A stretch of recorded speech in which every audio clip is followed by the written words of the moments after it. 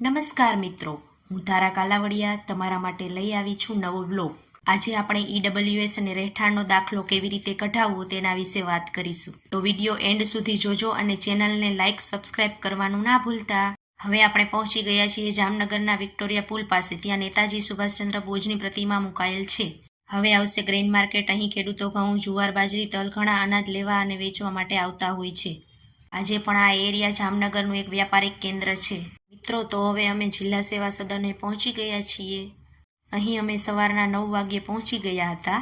તમે જોઈ શકો છો અહીં કેવડી મોટી લાઈન છે। તમને ખાસ કરીને ઈડબ્લ્યુએસ સર્ટિફિકેટ અને રહેઠાણના દાખલા માટે શું દસ્તાવેજ જોઈએ છે એ બતાવું।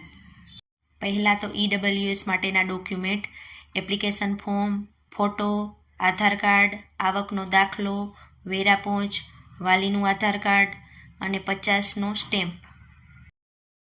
હવે રહેઠાણ માટેના ડોક્યુમેન્ટ, એપ્લિકેશન ફોર્મ, આધાર કાર્ડ, રેશન કાર્ડ, વેરા પહોંચ, લાઇટ બિલ, ફોટો, એલસી, આવકનો દાખલો, સોગંદનામું 50ના સ્ટેમ્પ પર।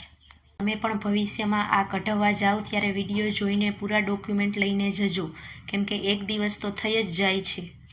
આ હતો મારો આજનો બ્લોગ। તમને કેવો લાગ્યો કમેન્ટમાં જણાવજો। નવા બ્લોગ સાથે ફરી મળીશું। બાય।